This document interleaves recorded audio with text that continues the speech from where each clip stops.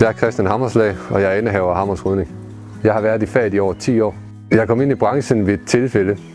Det skete ved, at jeg fandt ud af, at der kunne være ganske fornuftig økonomi i at sætte brugte ting. Så har ting bare altid interesseret mig. Og så det bæredygtige aspekt i det, det er jo også ret fedt. Det, der inspirerede mig til at gå ind i borydningsbranchen, det var skattejagten.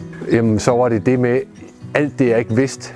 Alt det, jeg gerne ville lære. Hvis du rydder et dødsbo, så står du lige pludselig med 5.000 ting, og dem skal du gøre et eller andet med. Så bliver du nødt til at lære noget om det.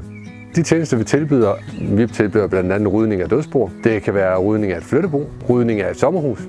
Hvis du har brug for rengøring af en lejlighed, inden der skal være flyttesyn, så kan vi også hjælpe med det. Det, der adskiller vores arbejde fra konkurrenternes, er helt klart vores gennemsigtighed.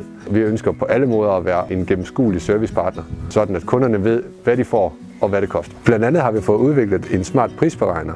Den finder du på vores hjemmeside.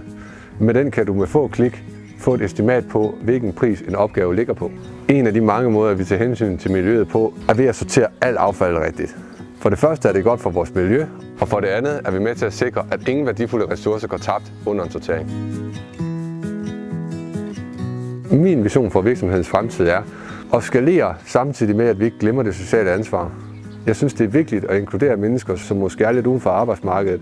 På den måde kan vi hjælpe hinanden. Det sociale ansvar er en stor del af vores virksomhed. Vi vil hellere end gerne have folk i jobafprøvning, i praktik eller jobafklaring. Noget af det mest tilfredsstillende ved vores arbejde er, at vi får mulighed for at give en masse ting, som måske ikke ville have fået en chance mere, en ny chance. Det er godt for os, for miljøet og for dig.